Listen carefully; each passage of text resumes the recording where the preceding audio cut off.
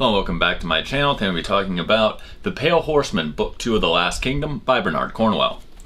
And it says, as the last unvanquished piece of England, Wessex is eyed hungrily by the fearsome Viking conquerors. Uhtred, a dispossessed young nobleman, is tied to the imperiled land by birth and marriage, but was raised by the Danish invaders, and he questions where his allegiance must lie.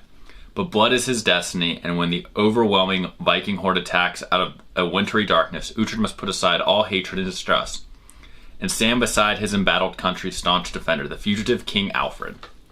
So, yeah, basically this book picks up where book 1 left off. Guntram's, forgive me if I'm pronouncing that wrong, obviously has not abided by the terms of the peace and has launched a vicious attack on the cities of Wessex, which I am not going to try to pronounce things like Chippensuppenshire, which is the main city.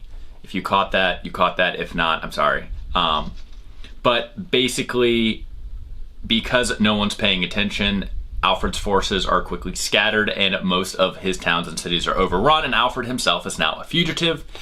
And this is where Alfred has to come to some harsh realizations and starts to trust Uhtred a bit more, because he needs Uhtred and people like Uhtred to keep him alive, right? Because basically at this point, all of the priests are saying how it's the end of the world. Basically, this is judgment, yada, yada, yada. And basically Uhtred and only some others are actually fighting. And Alfred is not in good spirits. Obviously, he's depressed. He is upset. So Uhtred kind of helps pick him back up. I will say that at times, I see, as someone who has once again read the Richard Sharpe series, I do see a pretty good overlap in some of the Richard Sharpe stuff that is playing out in here, especially character-wise, because like Sharpe, Uhtred can't get out of his own way literally to save his life. And more than that, he also, for whatever reason, has a new love interest like every book, which is kind of a running joke for the Sharpe series as well. Every book, in the middle of a battle, like, Sharpe seems to find a young woman that wants to be his wife or his lover for a while, and that is also what's happening in here. It is a little weirder in here, and I know that historically it's probably accurate, but like, it is weird sometimes. They'll be like, yeah, she's hot, she looks 14, and you're like, ooh, Uhtred, buddy, I don't know, man. Maybe not. But once again, this is a different time. This is a historical fiction book, and Bernard Cornwell likes to be as historically accurate as possible. He does not shy away from some of the horrors that would have been inflicted on civilians at this time, much like he doesn't shy away from it in the Richard Sharpe series. So there is a lot of violence towards civilians on both sides, basically. So there's a lot of that kind of stuff in here. But also, it really just kind of rubs me the wrong way, the fact that, I mean, Uhtred really just can't keep his foot out of his mouth, so to speak. And I've also already read the third book, but it does get a little progressively worse in this book at times, to the point where it's almost kind of annoying, because at some point I would think that even though I understand he's a warrior and was raised Danes, but we see the Danes in this book as being very crafty politicians when it suits them as well, and Uhtred just really can't get out of his own way, right? He gets called out on it too in this book. He likes to kind of bulldoze through everything instead of just essentially playing the game, right? Being nice to certain people he might not respect, just to kind of, you know, not start wars every 5 pages, essentially. I mean, he quickly, the book literally ends with not good things happening to him. Well, not this book. I'm sorry. This book doesn't end with not good things happening to him. This book ends on an okay note. But basically it falls to Uhtred in this book to help Alfred build an army that's going to help him take back England, or not take back England, I'm sorry, take back Wessex as much as is possible, and to kind of restore Alfred as a king. So we do kind of get to see in this book a little bit Uhtred kind of take command and not just be a warrior as part of a shield wall, but also really be a commander, and not a commander of a small platoon, but someone that is able to be Alfred's vassal and act in that way and go around and basically raise these armies in his name and interact with nobles.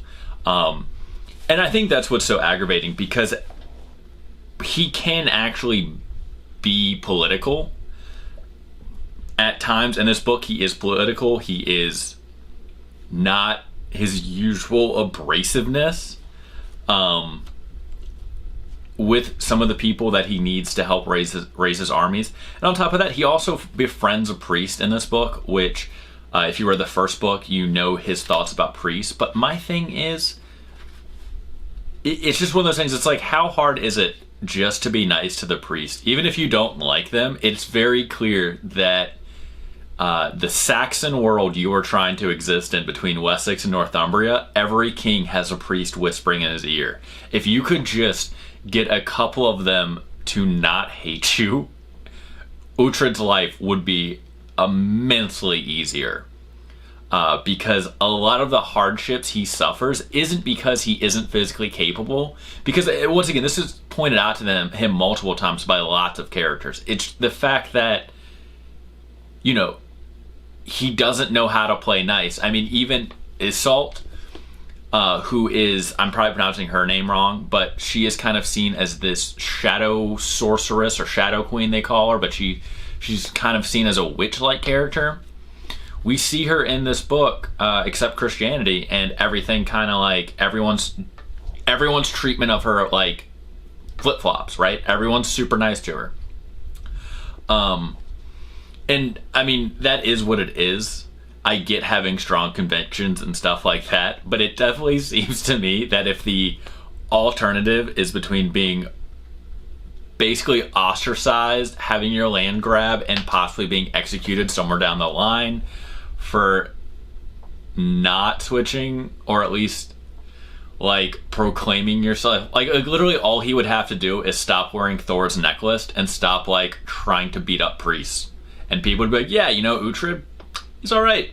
Because obviously we see like everyone is not as pious as Alfred. I mean, even the priests aren't really that pious in this book. It's a lot of it is being used for political gain.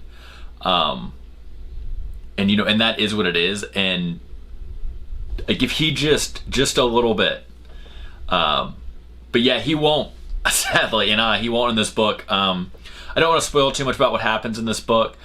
This book does basically show us some characters that are going to have some pretty big impacts down the line. Enemies become friends, friends become enemies. There is a lot of good stuff here.